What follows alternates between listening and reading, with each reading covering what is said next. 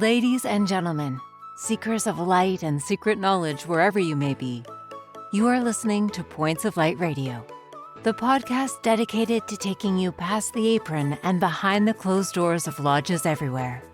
And here is your host, Stan Miller. Greetings, brothers and sisters. Shalom. Assalamu alaikum. Adnastana.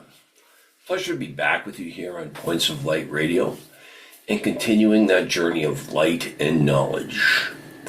Right? One way to keep that light burning is to remember our fraternal past.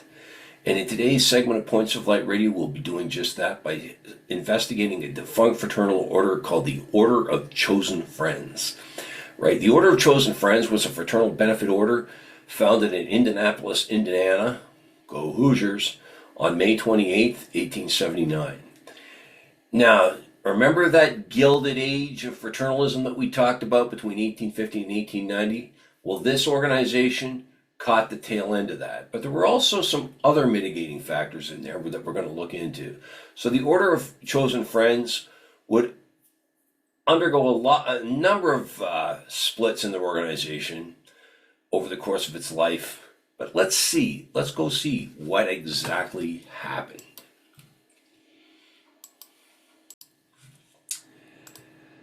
Now, as you've heard me say, the Order of Chosen Friends was founded on May 28, 1879 in Indianapolis, Indiana.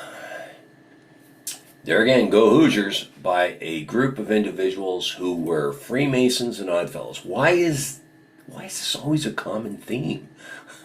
Right? But like most fraternal societies of the day, the original order had a secret ritual and symbolism. The Order of Chosen Friends used symbols of the 7-link chain and 7-sided star, seen here. Right? There again, Oddfellows, the 3 links of fellowship, right? So you can see the influence right there. The Order of Chosen Friends was organized in the typical 3-tiered structures of local councils, statewide grand councils, and the National Supreme Council, or Grand Lodges, right? Before the first schism and splits that occurred, it had 12,000 members at its peak.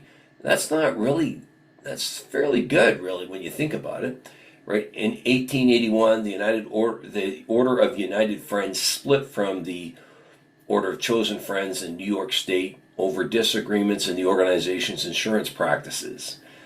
The United Friends of Michigan, then again, they split from the Order of Chosen Friends in 1889, and the Canadian Order of Chosen Friends was formed in Ontario in 1891. So it found its way into Canada despite all these schisms and splits.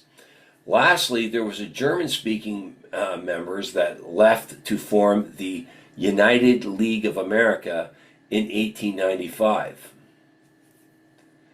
But however, in spite of all this, the group was able to rebound and had 32,255 members in 1899. So let's see what happened to those who split. Now, the Independent Order of Chosen Friends was founded in early 1882 when leaders of the Order of Chosen Friends in California petitioned the Supreme Council for the creation of a Pacific jurisdiction. When this was refused, there was a split and the Independent Order of Chosen Friends was created.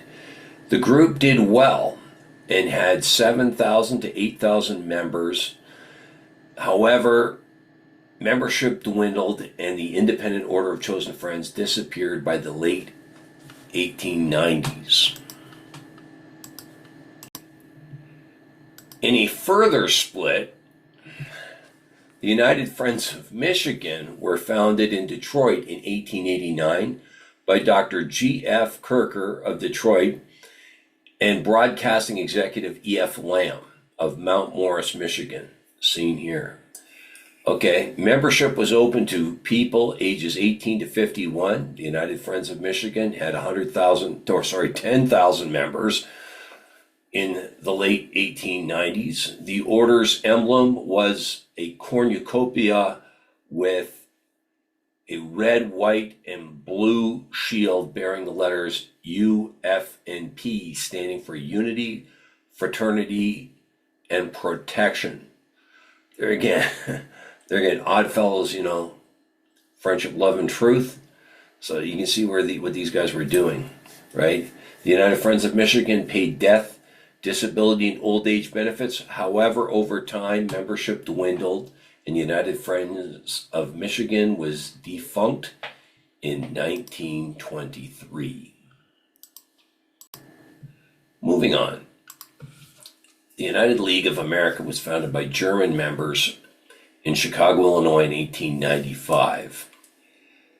The leaders of this schism were dissatisfied with the insurance aspect of the Order of Chosen Friends.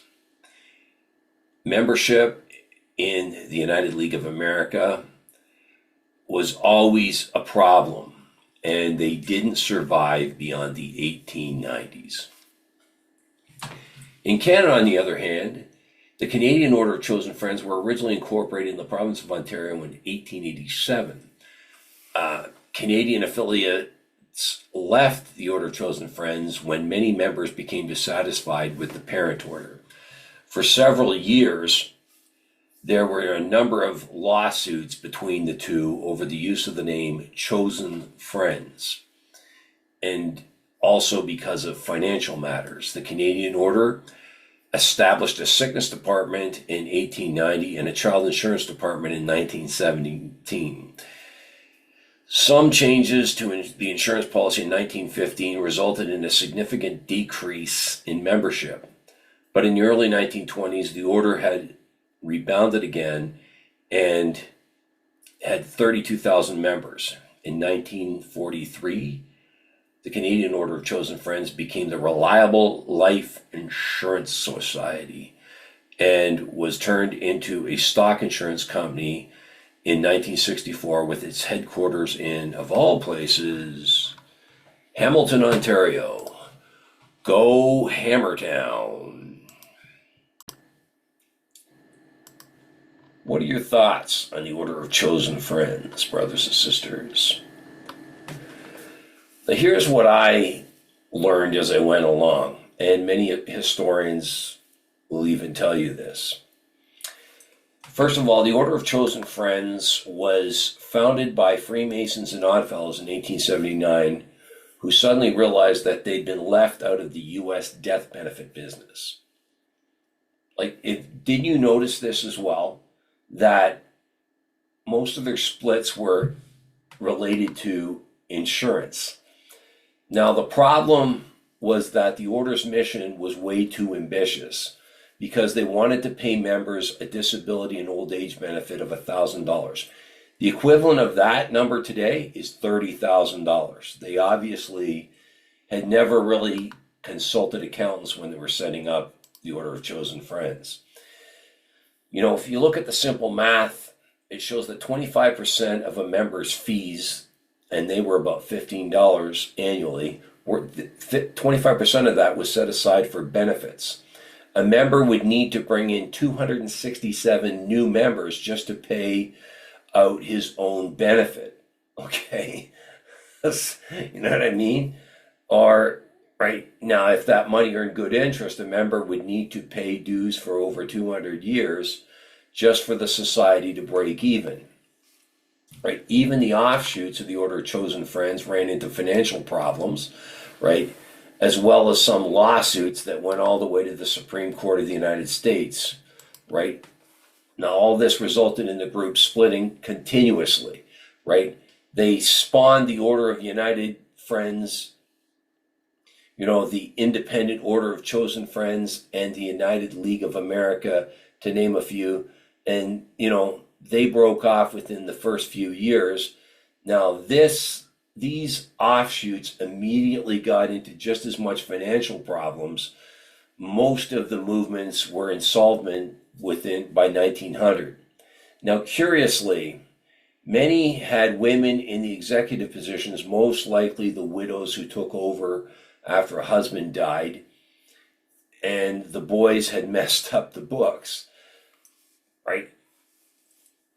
Now, serious study, partially explains some of the questions, we've been discussing here about some of the defunct fraternal orders that started between 1850 and 1890, right? Right. So, right, as you heard me say, you can't help but notice how many of them got into trouble with insurance. There's always that money part.